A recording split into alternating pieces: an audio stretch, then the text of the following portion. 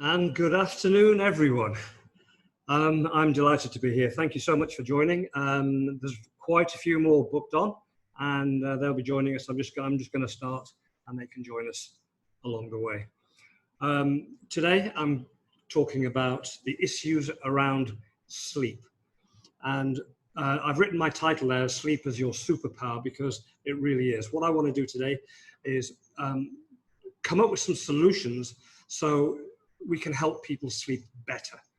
Sleep is one of the unrecognized pillars of health that we absolutely must get right. If we get it wrong, then it can really have a catastrophic impact on our health and our life expectancy, our safety, productivity, and even the education of our kids. It really is that important. So what I want to do is I want to talk about what sleep is, how it works, how it affects our life, our physiology, and then we'll get down to the matter of some strategies to help us get the best possible night's sleep. So what is sleep? Well, we can call it the behavioral and physiological state characterized by altered consciousness and reduced responsiveness to external stimuli and homeostatic regulation. Whoa, that's quite complicated. Now, what I don't want to do is make this really heavy. I want to make this fairly light and understandable.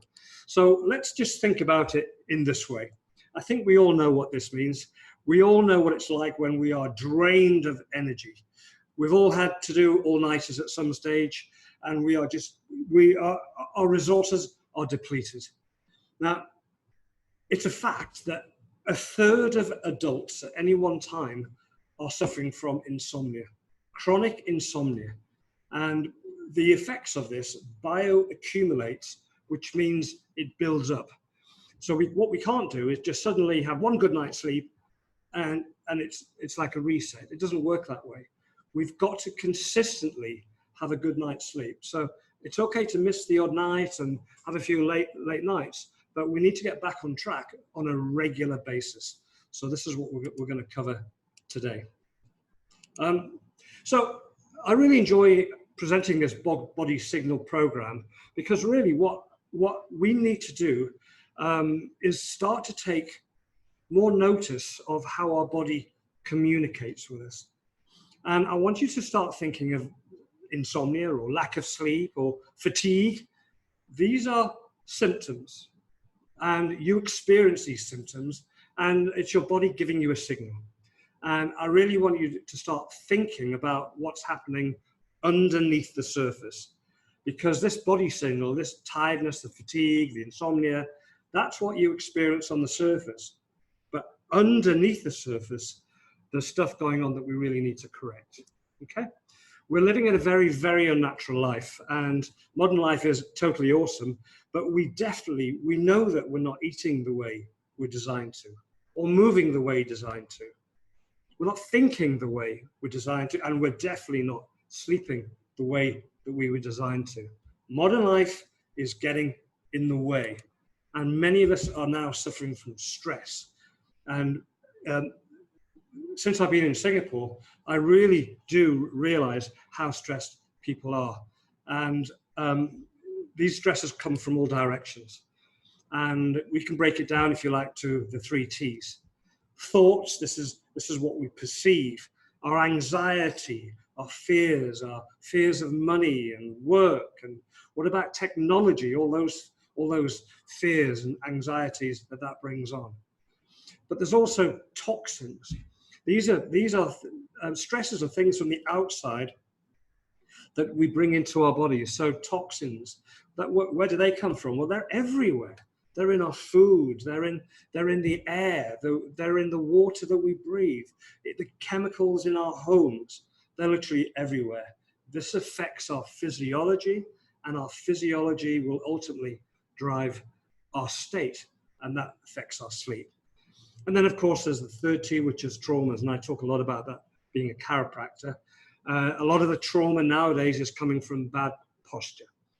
The alignment in gravity is causing all those stresses and strains on our body, all those aches and pains.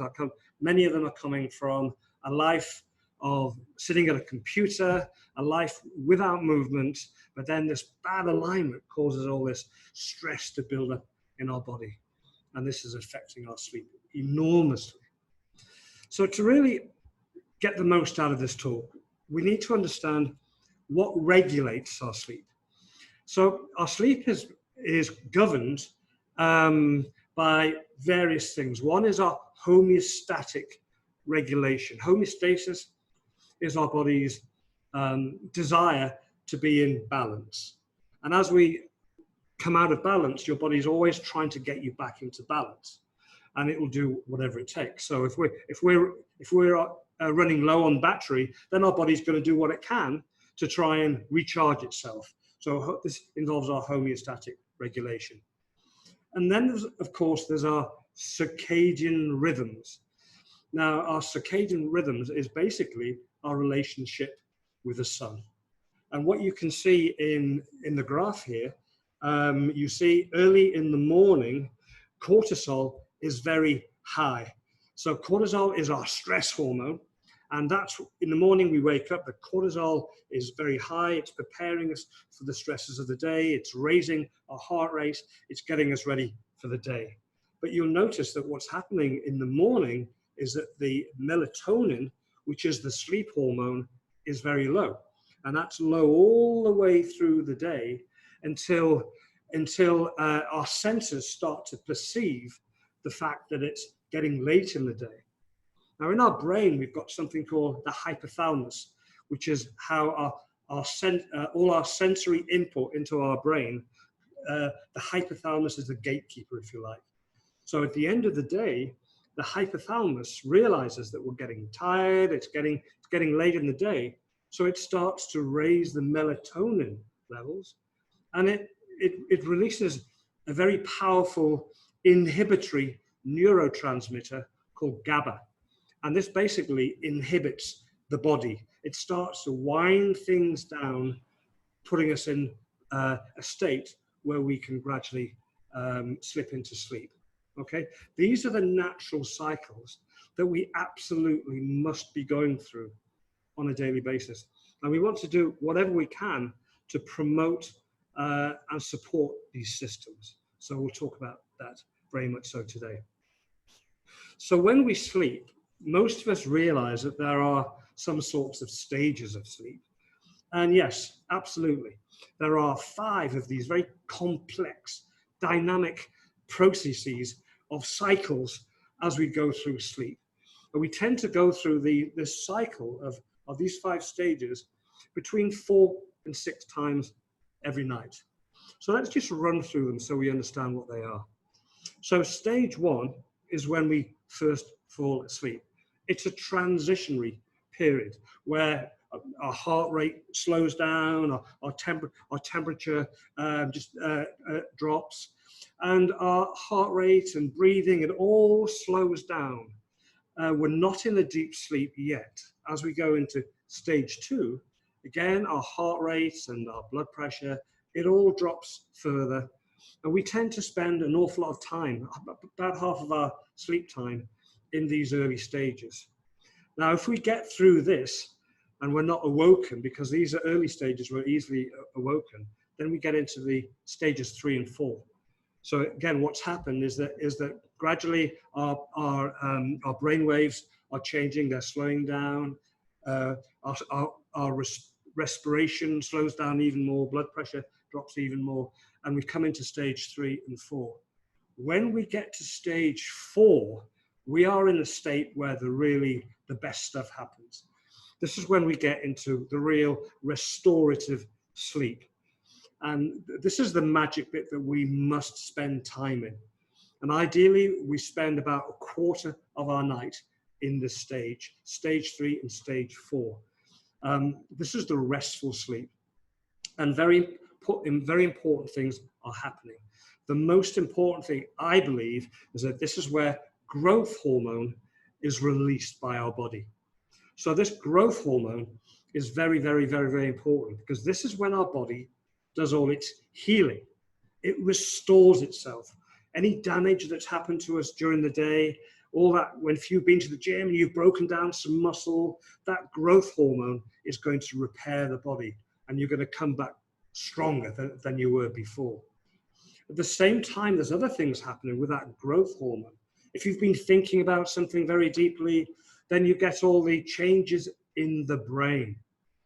And we're going to talk a little bit about this as well, because this is really, really important for many, many aspects of our life. Now, this growth hormone, it triggers things in the brain. The growth hormone allows us to make all these connections in the brain of things that we've been working on, things that we've been practicing, or things that we've been thinking about. So we start getting connections made in our brain. And this is when we go into stage 5. As our body starts to make these connections, our brain starts to wake up a little bit. There's brain activity. It starts to come back.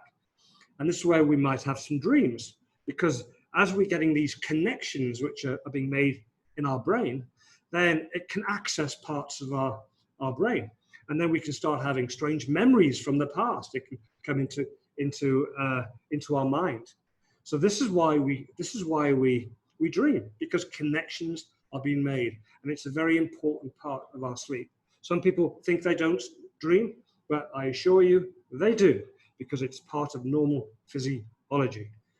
Now, another thing happens, a very important thing that happens in stage 5, as we start to move, our eyes start to move around. That's why it's called REM, rapid eye movement.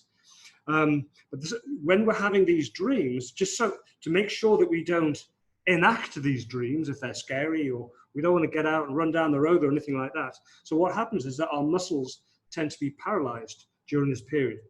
And so this is literally so that we can't live out our dreams. As we come through stage 5, we eventually come back into stage 1, and it all starts again. The cycle runs through. As I said, we spend half our time asleep in stage 2, actually, but we want to spend as much time as possible in stage 4, because that's where the restoration happens. Okay. Problem is, we are living this life with elevated cortisol. Cortisol is this stress hormone, and we're not getting enough exertion.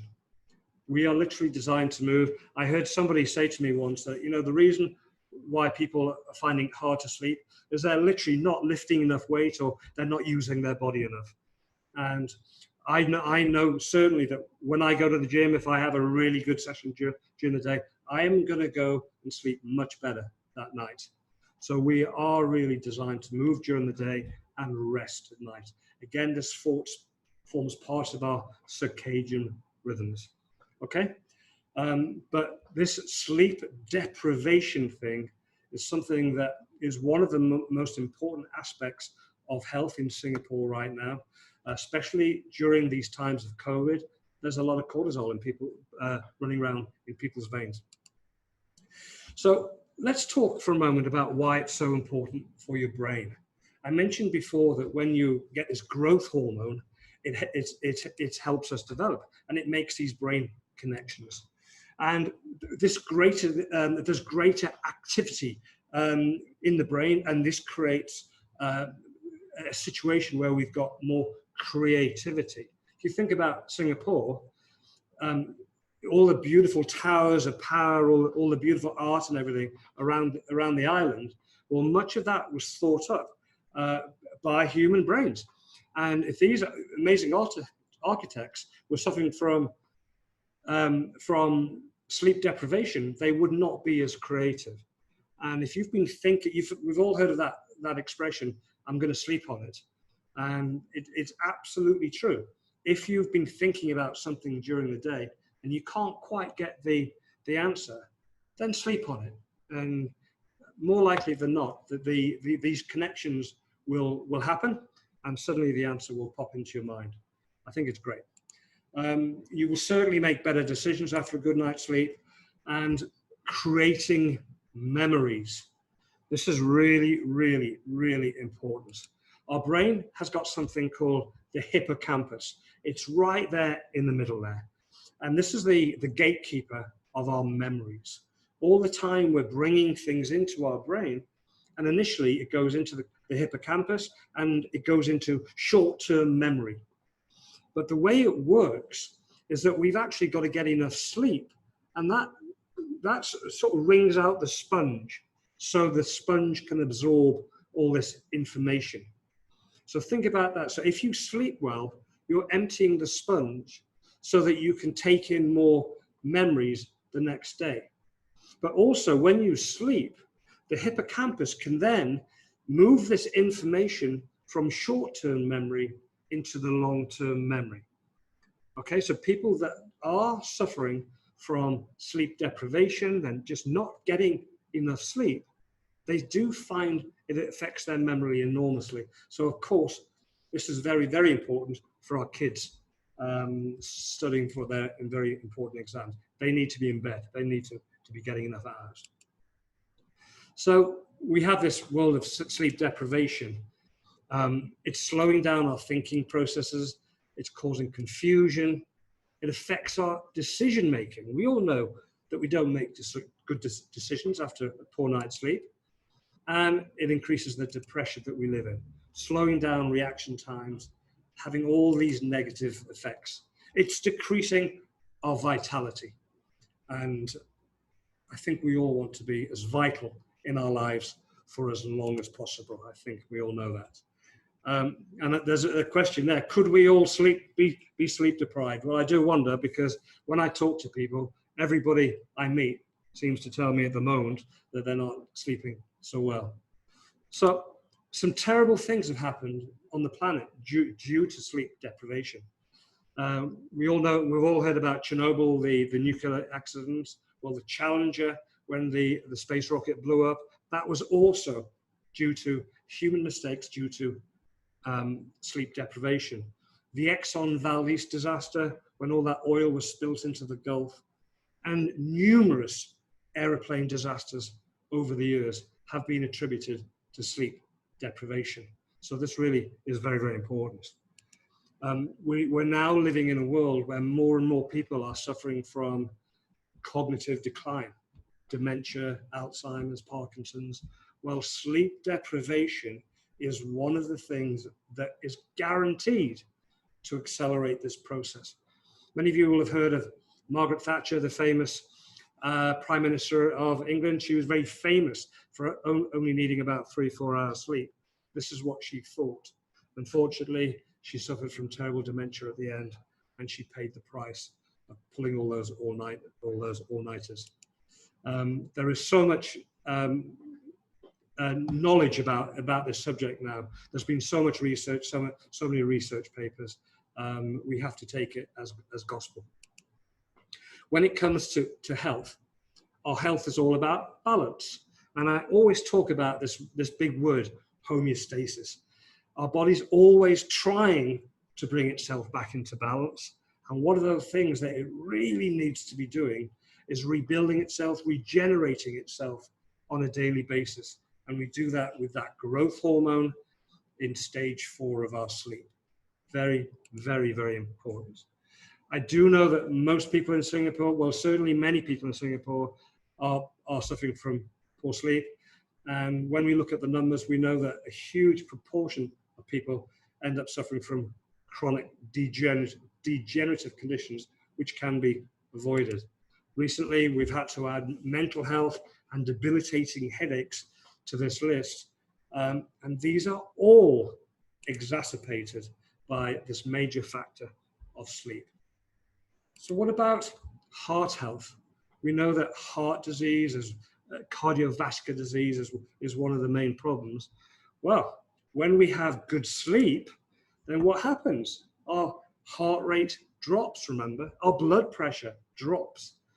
So this sleep promotes good cardiovascular health, because as these pressures drop and the growth hormone comes into our veins and our arteries, that's when all the repair happens.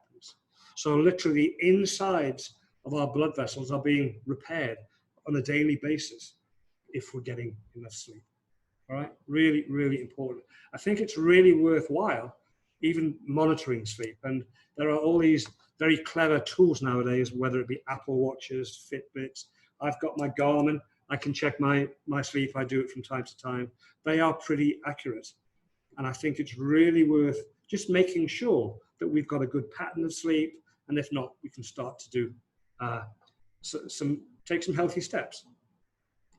So I talk a lot about nerves, but there's also hormones. I mentioned growth hormone, and you can see in that chart top right where you can see it goes in a cycle. In our first cycle into stage 4 of sleep, there's a big release of growth hormone as the body gets what it needs. And then there's another cycle, slightly smaller, then another cycle, slightly smaller, as we go through these sleep cycles. So important that we go through these cycles. But our hormones also affect our immune system, obviously very, very important at this moment in history. And this is through cytokines, which are released into our blood. This is a part of our inflammatory system. We always need some inflammation to assist with healing. Not too much. We don't want chronic inflammation, but we do need a little bit of inflammation from time to time. Again, this happens in our sleep. And then, very importantly, I think for most people, I'm sure you'll agree with me, is that things that regulate our appetite. So the main hormones that need to be in balance here is your leptin and your ghrelin. And I don't really want to go into the depths of that, but if you get this right, then this promotes good health, good weight, and it takes control of your insulin levels. The last thing we want to do is lose control of our insulin levels and start developing that stomach fat, which is very, very unhealthy. I guess what we're talking about in the long run, we're talking about healthy aging. And I think this is what we all want. This is what I talk about pretty much every day. This is part of the wellness lifestyle that more and more people are embracing, especially now that we know that relying on medicine in times like this is probably not the best thing. We need to take a little bit more control, and we need to look after the pillars of health. These are the pillars that I'm talking about. Sleep is one of the big ones. So how much sleep do we need? Well, we know that babies sleep pretty much all the time, and indeed they do need up to 18 hours a day. As the kids get older, they should preschool, they should be getting 11 to 12 hours. Try and get them to bed. And then when they become teens, I know they like to stay up later and everything, but they are still growing and they need that growth hormone. They do need to be sleeping for 9 to 10 hours of sleep. I certainly know that my kids like to go to bed late, but they also like to sleep in really late. It's just a matter of getting those sleep hours, okay? And we adults, including the elderly, I know it's perceived that the elderly don't need as much sleep, but we do. We also, as we age, we need as much restorative sleep as possible, and we need 7 to 8 hours sleep, okay? Now, as we're talking about sleep and health and everything, myself, being a sort of a science nerd and a nerd about nature and thing, I like to lighten it a little bit. I like to talk a little bit about nature from time to time. And when I was doing some research on sleep, I started to think, well, how do mammals that live in the sea, how do they manage to sleep without drowning? Obviously, we know they've got to come up to the surface and they've got to take a breath. Well, how do they do that? Well, it's really, really clever. Physiology and life and the way we develop is really, really clever. And this is one of those cases. Whales and dolphins, they only ever half sleep. That's true.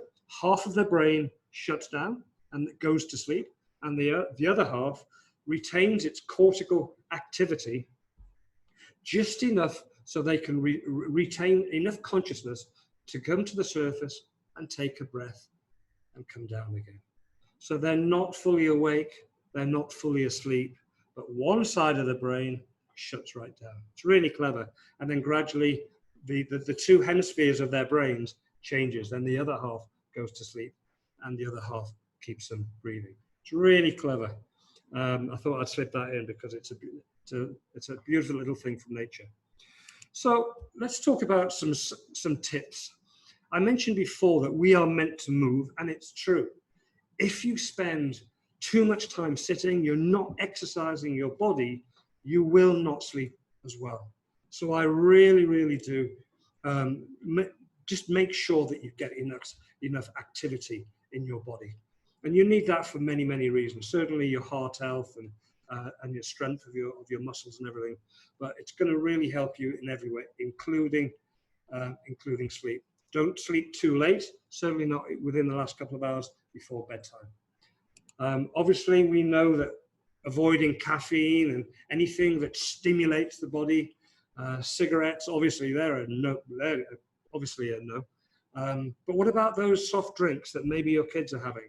You know, they've got caffeine in, they've got stimulants in, and they've also got lots of chemicals in that are not good for you. Try not to have any caffeine after 3, but my rule, not after noon. What about alcohol? Well, many people think it's good to have a little bit of a nightcap, help them sleep. Might work for some people, but generally, alcohol before you go to bed doesn't give you a good night's sleep. It might get you to sleep, but it's not going to be good, undisturbed, strong, deep, restorative sleep. Try and avoid alcoholic drinks. You know, if you want to have a drink after work, but then don't be drinking really after sort of 8 o'clock. Okay. What about food? Well, large meals and midnight snacks, they're really to be avoided because lots of energy is created through our digestive system, and all that activity inside will tend to keep us awake. Also, if you're drinking and eating too late, there's a good chance you'll be running off to the bathroom as well. So try and avoid that. Let's go back to nature again. One of my favorite slides in the whole world. Look at these sea otters. Can you see their strategy for a good night's sleep? Isn't that nice?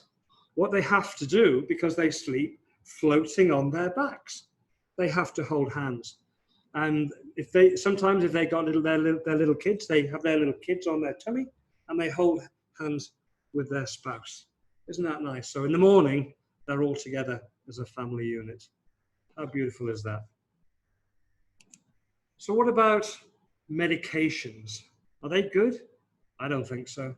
You know, if we're taking medications, then that is a substitute for something that our body should be producing. Most of the sleep pills are actually diazepam, and this is more of a tranquilizer, something that is used as a sedative. It may get you off to sleep, but this is not going to be restorative sleep, natural sleep. This is going to be more like coma, and in the long run, it's disturbing your circadian rhythms, and you do not want to become reliant on these things because these are really hard to get off. You will stop producing as much melatonin. Your whole hormone balance in your body will change. So you don't want to be doing this for too long, that is for sure. Now, when I was thinking about sleep, again, being a science nerd, ask yourself this. If you go up to space and you visited the International Space Station, how would you sleep? Because you float around out of gravity. Well, here's a little snapshot from inside the International Space Station. They're all having their kit, they're all asleep, and they've had to strap themselves to the wall. It doesn't matter whether they're on the walls or strapped to the ceiling because there's no gravity. But the one thing that they all forgot to do was tuck their arms inside their tunics. So basically, they're doing the sleep of the zombies, if you like, and their arms are floating around in space. That made me smile when I saw that picture. So I thought I'd pass it on to you. So let's get back to our strategies for a good night's sleep. What about naps? Are they good? Well, yes. When we go back to nature and things, it's quite normal for human beings to have their sleep in 2 sessions, but one during the day and one at night. My house is in Spain. Spain is very, very famous for people taking siestas. And they need it because in Spain, they don't go to bed till 2 o'clock in the morning and they party hard. So they need to break it up. But generally, in somewhere like Singapore, we've got to look after and preserve our big sleep, our main sleep, whether it between 11 and 6 or whatever time. Of course, we need a nap from time to time, but don't make it too long. A power nap will help everybody. We all do it. Try not to do it after 3 o'clock. So, early afternoon or lunchtime, little nap might be okay, but don't make it after 3 and try not to make it for more than 20 minutes. Okay, it's just there to restore a little bit of energy and just to wake you up a little bit. It's there to get you through the day, but don't let it disturb your night's sleep. So another great strategy to improve your sleep is to take a hot bath or a hot shower. Now, the reason for this is that one, it opens your blood vessels. So that drops your blood pressure and that helps you get into that parasympathetic. During the day, we're stressed, we're all sympathetic, fight or flight, but we can't sleep until we get into that parasympathetic, rest and digest and restore that mode of our nervous system. And we can help that along by taking a bath, because that drops our blood pressure and then it raises our temperature. And then as our body drops in temperature, that again helps us get off to sleep. So I think that the most important thing, I'm going to come to what I think is the most important thing to learn from this learning session. We need to get a good night's sleep. We know that. We need to create a schedule. Our body works in rhythms. We need to make that. So let's talk about how we do that. We definitely do not want to be using our technology too close to bedtime. It always increases anxiety, all that social media, all that news out there. It's never good news. It's always bad news. Don't wind your nervous system up just before sleep. I strongly recommend, and I talk from lots of experience, that if you shut down that social media a good half an hour before you want to sleep, pick up a good book, read a good story, you are putting your mind in a very receptive condition so it will accept sleep. We need to relax. You cannot go all day and then suddenly flick a switch and fall asleep. It simply doesn't work like that. If we want to get that circadian rhythms working correctly, we have to work with it. And we've got to get the right sunlight exposure. And I think that many of us don't get enough sunlight. Even in Singapore, beautiful sun in Singapore, many of us tend to hide from the sun. We need this sleepy hormone, melatonin, and it comes from the sun. So I do strongly believe that when you wake up in the morning, you've got to tell your body it's time to be awake. So get out in the sunlight, have a little walk, bring your body back to life, and then your body is awake properly. That's the early part of the rhythm. Later on at night, we've got to do things to end that day cycle so your body accepts sleep. If you are in a state where you're not sleeping well, then for goodness sake, don't lie in bed stressing. I think that what you need to do is go back to your preparation. That, and we've all had that anxiety, exams or whatever, chiropractic school. I remember that, pulling those all-nighters and then desperate for sleep. It's tough when we're in that situation. So we've got to work with our body. Don't lie in bed with your demons running around in your head.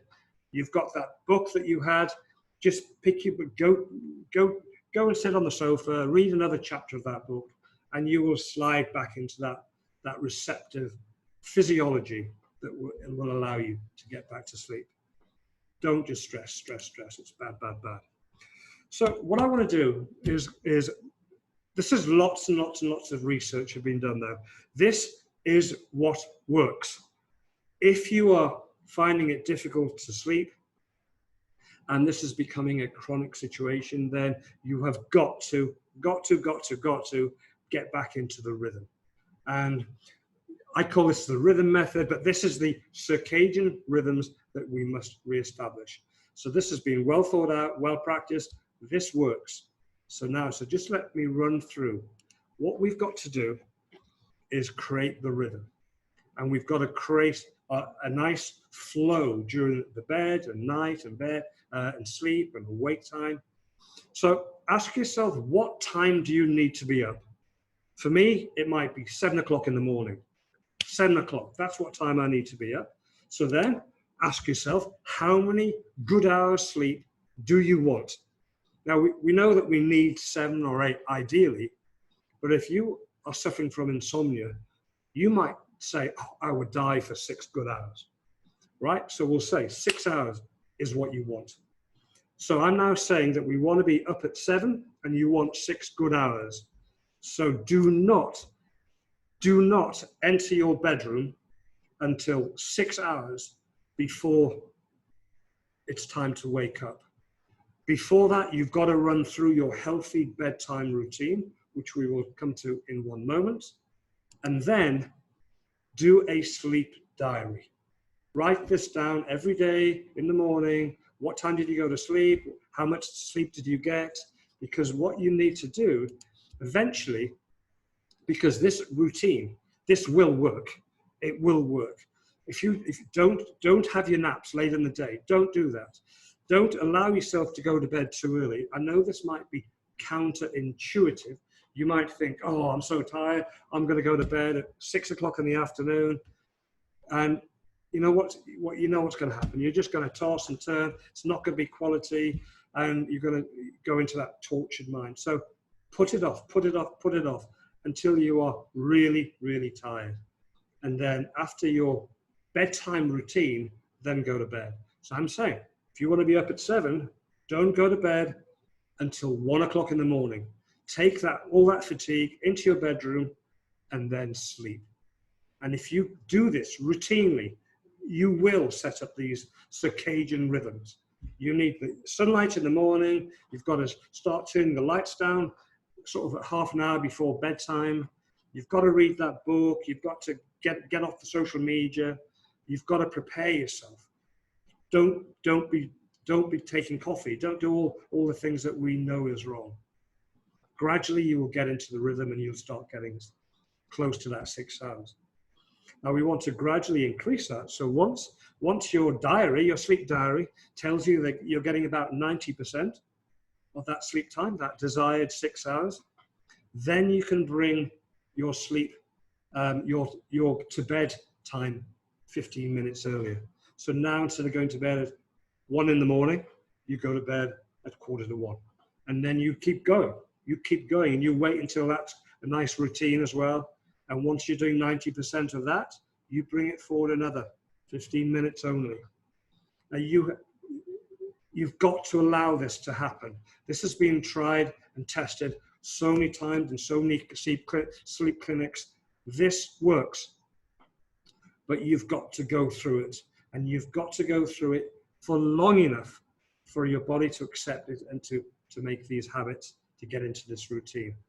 I hope that makes sense. Okay. If anybody wants to question me on this, then please go onto the chat and we can address these at the end. Okay. But this is very important. Too many people are not sleeping well. What I've just run through, this sleep efficiency training, it's called, it works. So really, really do try it. So I spoke about getting your sleep environment right, and we absolutely must. We need to be an environment that is receptive. It's conducive, if you like, to sleep. So let's just go through a very quick checklist, if you like. Obviously, we need to dim the lights. Yeah, we want it nice and bright during the day. Circadian rhythms, remember, but we've got to have the lights dim at night. Obviously, we want our room peaceful and relaxing, but we want our room cool. We know that 18 degrees is generally optimum. Everybody's a little bit different, but that would be the average optimum. Obviously, we want to choose wisely your mattress, pillows, and sheets. It's got to feel good, right? We need to be comfortable. So I'll speak a little bit about getting the right mattress. It's something that I've researched an enormous amount in the past. Obviously, we want to reduce noise. If you do have a noisy environment, perhaps you have a noisy road outside, or there's always dogs barking or something, then maybe you can introduce white noise. And there's even some apps and things like that that you could use for that. A little bit of background white noise can help. Some people like to try essential oils. Remember, we've got that hypothalamus. This is where our sensory input into the brain. These essential oils can come in through our olfactory units, and it can be very calming, and it can really help us sleep. So what about sleep posture? It's something I'm asked almost every day. As a chiropractor, obviously, I'm always very concerned about our spine and posture. And I say that what you do all day matters, and it matters enormously, but what you do all night also matters. So let's just think about this. If you wake up in the morning with a stiff back, or something is waking you during the night, then one of the things that could well be is strain or pain around the spine. So we've got to try and have a neutral spine as we sleep. If you see here, if you sleep on your back, then the best pillow is one of those orthopedic or chiropractic pillows. You can see there at the bottom. It's helping introduce a nice curve into the back. You can see that this person's actually put a cushion under their legs to relieve some of the pressure on the low back. It's having that neutral spine is the important thing. If you are a side sleeper, again, we want our spine nice and straight. We definitely don't want it dipping like that, because that's going to strain the ligaments and you'll wake up very stiff. So you can see here, the second illustration down, using cushions and pillows. This person has got a block between the legs, a little cushion under the waist. This is all helping getting that neutral spine. You know, we've all got different bodies. We want to experiment, find what works for you. That's the secret. That's the secret. But we want to be as close to neutral as possible. When I've worked with mattress manufacturers in the past, I learned an awful lot about the makeup of mattresses and what we're trying to achieve. And we had these conversations. You can see there, optimal sleep comes from a nice neutral spine. You can see that if it's too soft, so in the middle there, if your whole spine is sagging like this, we call it hammocking. It really is going to cause a lot of strain. It's probably the main cause of discomfort when people have got an old mattress that's got too much give in it, too much sag. But there again, if your mattress is too firm and too hard, then it's not going to accept your lumps and bumps, and you're going to have pressure points. We've all got hips, and we've got shoulders, and we've got knobbly, bony bits that need to be supported, but we need comfort. So when I've helped mattress manufacturers design their mattresses in the past, this is what we've worked with. This is a manufacturer that I worked with very, very closely a couple of years ago, and we actually developed a mattress called the Chiropractor, and it's out there. I'm very, very proud of it. This is what we sleep on in our house. The people that have bought this swear by it, so it's something that it's possibly worth considering. But let me explain to you what we did here to make this fantastic mattress. So what we did is we created a foam level on the top. Do I like foam mattresses? No, not if they're entirely foam. I find them too warm here in the tropics. But a little bit of memory foam on the top of springs works perfectly. The springs can, pocket springs, they can provide decent support underneath. But then you get that soft memory foam, which accepts your lumps and bumps on the top. And it's called a comfort layer. This is what we work with. This is what you really want to have if you want a great mattress. Firm underneath, soft on the top. Okay? Something that works. Lots and lots of research has gone into it. So what else do we need to know?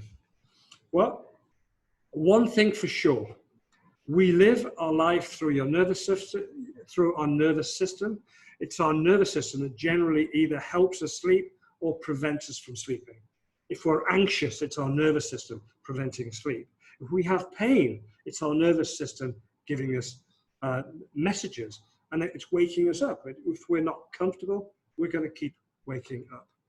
So we know that a third of our clients that come into our clinics, they just sleep better.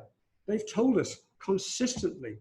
A third of all chiropractic patients report immediate sleep benefits. When we did our wellness questionnaire a couple of years ago, we found that 58% of our clients are all suffering from enjoying 58% less stress, and 58% can clearly tell us that they are sleeping better. So getting adjusted is relieving those stresses and strains from our body. Remember, we have two nervous systems. We have our pain nervous system. This is what we feel, we experience. And then we've got our autonomic nervous system, which is how the body works. Remember, generally we listen to our pain, but as doctors, we are more considered with what's going on under the surface, remember. And it's this autonomic that we know that we have to have in balance. When we adjust the spine works better, you have less pain, but what it does, it helps shut down the fight or flight sympathetic stress nervous system, and it helps boost up your parasympathetics, and that helps you be able to sleep. So I'm asked quite often about various sleep issues. I'm not going to mention there's quite a few, but we'll go through three fairly quickly. Sleep apnea, something that's called thoracic outlet syndrome, which basically is a lot of pain involving our shoulders, our neck, and down our arms, and then restless leg syndrome. These are all very common in this world. So sleep apnea involves breathing, and breathing obviously involves our nervous system and how our body works. So let's think about it. What's controlling our breathing? Well, it's that autonomic nervous system. So when we adjust, anybody that reports sleep apnea, we will always adjust C1 to C3, the upper cervical area, and we will make sure the autonomics are balanced, the parasympathetic can work properly, so that breathing and this restorative sleep can be achieved. And then, of course, we're going to be adjusting, you can see the thoracic area and the lower neck area. This all leads into the lungs, and we are always going to be adjusting these areas to make sure there's no dysfunction. So that's sleep apnea. Thoracic outlet syndrome involves the brachial plexus, which is where all the nerves come out of the spine at the top here, and then down our arm and into the upper spine, the upper thorax. In that upper spinal area, there is not as much room for the nerves. And what tends to happen with thoracic outlet syndrome, people tend not to sleep well, always tossing and turning, trying to relieve this irritation, trying to find relief. Of course, as a chiropractor, we go back to what we do best, which is work with the spine and the relationship with the nervous system. So we're going to take pressure off these nerves by always adjusting that T5 to T9 area. Many people who come into my clinics know I talk a lot about thoracic rigidity. You know it when we're all stiff between the shoulder blades, that upper spine and the lower neck. This is an area that I will always look at, because in this world, this is an area that's constantly needs to be adjusted. And then the third area that seems to be more and more prevalent nowadays involves restless leg syndrome. And this basically happens when the nerves in your lumbar area, your low back, and the lumbopelvic region are being irritated. So again, we always go back to the physiology and the wiring diagram, if you like. The nerves that come out your low back, they go down the legs. So we know that if your legs are restless, they're moving around, it has to involve the nerves. So we go back to those nerves there. And when we adjust L4, L5, and then in the sacral nerves as well, then people find enormous relief. So this is how we think as a chiropractor, okay? I really do think that this really is a mission critical statement. Sleep is not really an optional lifestyle luxury. This is not something that you want to try and get if possible. This really is non-negotiable. It's a biological necessity, if you like. If we're not sleeping deeply, quality sleep for long enough on a regular basis, it is affecting our physiology. We know that as doctors of chiropractic, we're on the front line. And when we do our questionnaires and we ask people about sleep, so many people are failing to get good sleep that we need these strategies. So you want to really start to think of it, if you like, as your life support system, if you like. This is when we are healing, we are growing. Think about your kids. It really, really is very important. So I'm going to start to, I'm going to wind this one down. We've gone through a lot of information there in that half an hour. If there's any questions, do please let me know. Pop it in the chat. We can address it. What I want to do is offer this opportunity for anybody that's watching. If you have any sleep issues or would like to engage with us, if you have any pain, if you have any problems with your spine or your posture, then please take note. We have a QR code there. This will take you straight to a voucher on our website that you can use to come into our clinic at a reduced rate. You can also take a picture of this and you can give this to a loved one or a friend if you think that this would benefit them. So I would like to thank you very, very much for listening. I'm going to leave that QR code up for me. In a moment, I'm going to stop sharing. I would like to, I'm just going to have a look at the chats to see if there's anything there for me to address. Looking down the questions. From Peng, does this mean that if we have dreams, we would have completed stage 4 sleep in the cycle? So if you have dreams, it means that you got through stage 4 and you have done some good. So there has been some connections made in your brain. So it's very likely you got through stage 4 successfully. Growth hormone was released and something's good has happened. So the answer to that is yes. But generally, we go through these cycles 4 to 6 times in the evening. All right? It's very, very normal to have dreams. Some people, well, most people dream. Not all of us can remember them. Sometimes I remember them quite vividly, sometimes not at all.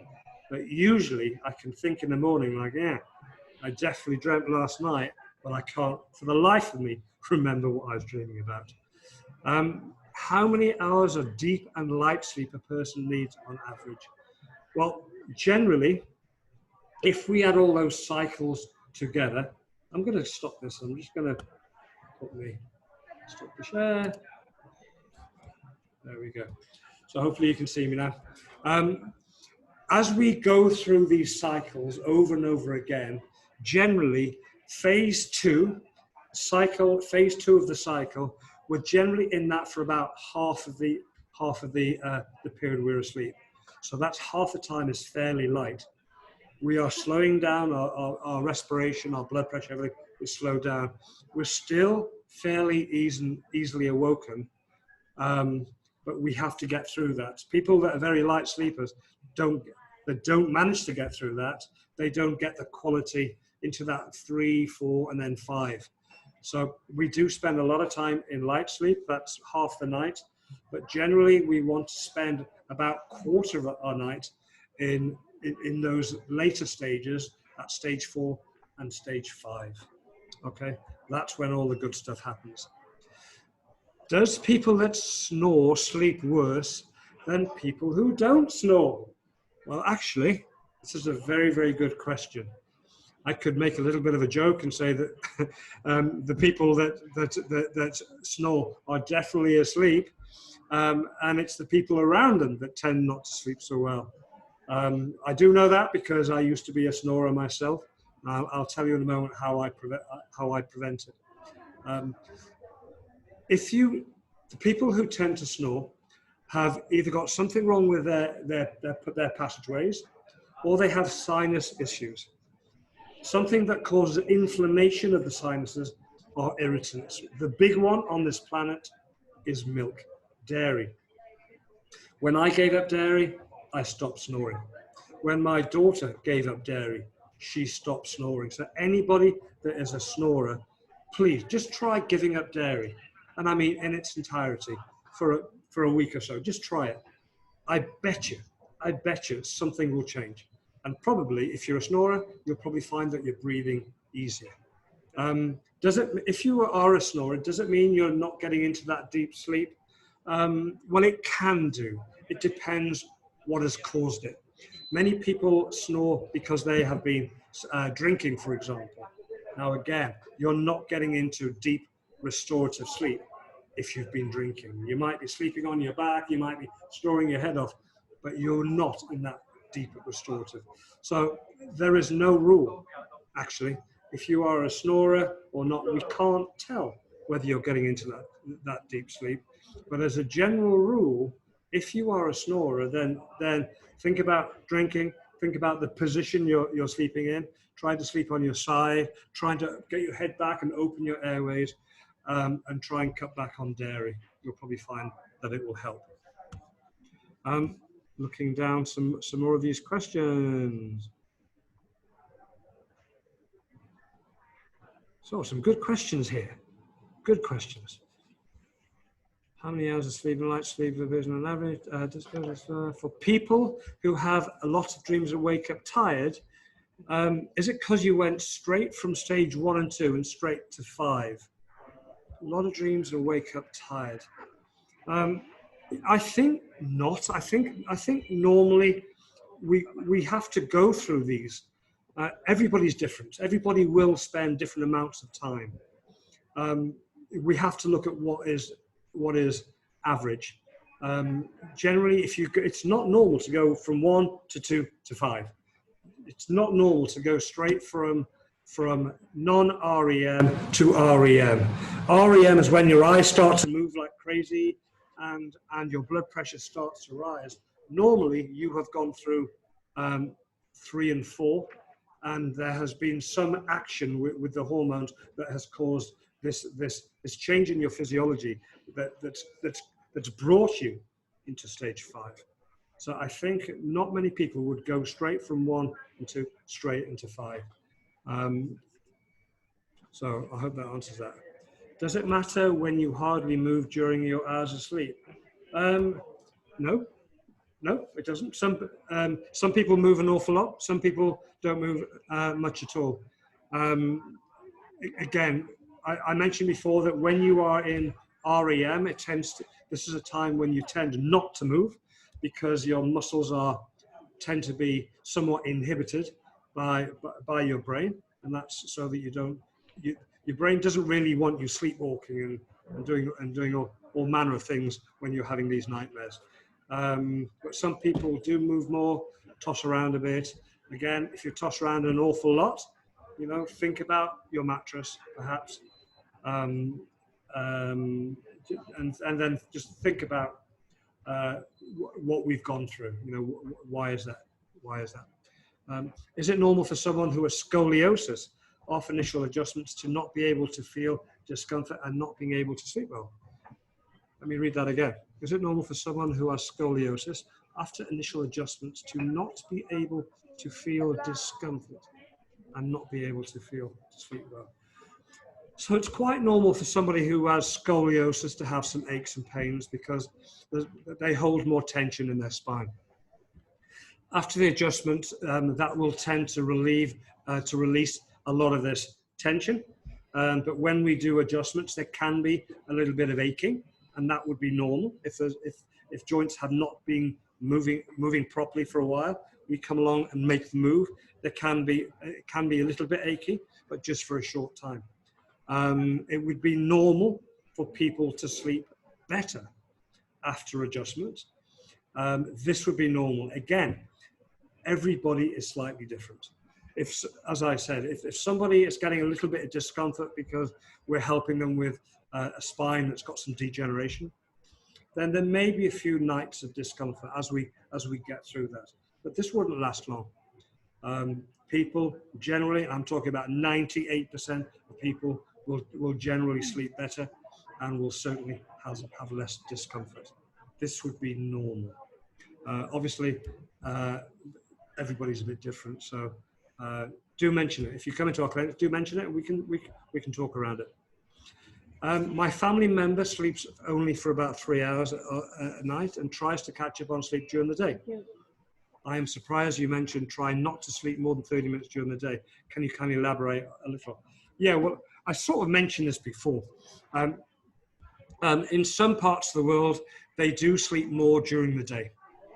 For example, Spain, they tend to sleep it's very much later in many regions in Spain.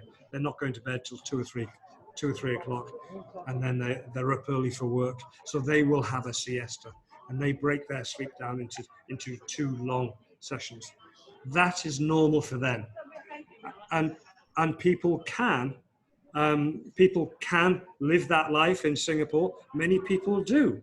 People do live in Singapore, and they do a shift system, and they break their sleep into different sessions as well. But you know, I'm talking about our normal life where we tend to work from 9 to 5. If you do have somebody that it's normal for them to sleep only 3 hours at night, then I would certainly encourage to try and catch up during the day if they can only sleep, because it's quality and quantity. Okay, if it's not possible to get those enough hours, then catch up during the day. But if you are trying to get your sleep in one session, then try not to nap too much. Okay, I hope that works for you. If not, please ask again, and I'll try and go in a bit deeper. To feel discomfort, not be able to sleep. Yeah, okay. I have back pain. Is flat or side sleep better to minimize the back pain? Okay, well, everybody's different. It's normal for people to move around. What I definitely do not want you doing is sleeping on your front, because that causes a twisting of the neck. So that's the no-no. Is it better on your back or on your side? Well, I do both. I move between the both. I don't really care. If you are going to sleep on your side, would it be better to sleep on your left or your right? I wonder. That's interesting, isn't it? Well, some people tell me, well, I prefer sleeping on my left. Well, if it works for you, then all well and good. If there is a physiological reason, then perhaps it would be better to sleep on your left rather than your right. And that would not be because of where your heart is. It's because of the shape of your stomach. And your stomach is actually a holding vessel. If you can see me there, it's a holding vessel like that. If you sleep on your left, it's holding the stomach acid. If you sleep on your right, it's tipping the acid out of your stomach, and then that could conceivably cause some acid reflux. Okay, so I think left is better than right. Do I prefer sleeping on the back or sleeping on the side? Whatever works for you, really, that is the answer. Moving down again. Does consuming melatonin sleeping pills give acute long-term side effects? No long-term recorded side effects, other than it could cause your body to down-regulate its own production. Okay, so there are times when we absolutely must sleep, and people do use melatonin from time to time just to give the body a bit of a hand, but I would not recommend using melatonin every single day. It will certainly help you sleep. It's the sleep hormone, but there's a very big danger that it's going to down-regulate your own body's production of it. So be very careful there. Is there a specific good hour to go to sleep, or any time for good so long as it's 8 hours? You know what? I think as long as you're getting that 8 hours is the most important thing. It really is. We know that when we travel around the world, this is Singapore, we all travel. We all get sleep lag from time to time. As soon as we can get back into that circadian rhythm of getting quality shift, the better. I don't think it matters when, but I really do think that you want to make sure you're getting 6 by using the tricks that I mentioned, and then gradually increase it. But you should be aiming for minimum of 7 for sure. And it looks like that we are coming to an end there. So I would like to thank you all for listening and participating. Some great questions there. Again, this is one of our body signals presentations. It's all about working with our body. It's all about understanding how our body is communicating. So if there's a takeaway, listen to your body, give it what it wants. It will always tell you by these various messages. If you're feeling tired, then you need more sleep. So work with your body, give it what you want, and in the long run, you will reap the benefits. So I'd like to thank you very much. And again, if we can help anybody, we're here for you. You've got that QR code. Remember, I'm always here for you. So take care, and thank you for listening. Bye-bye.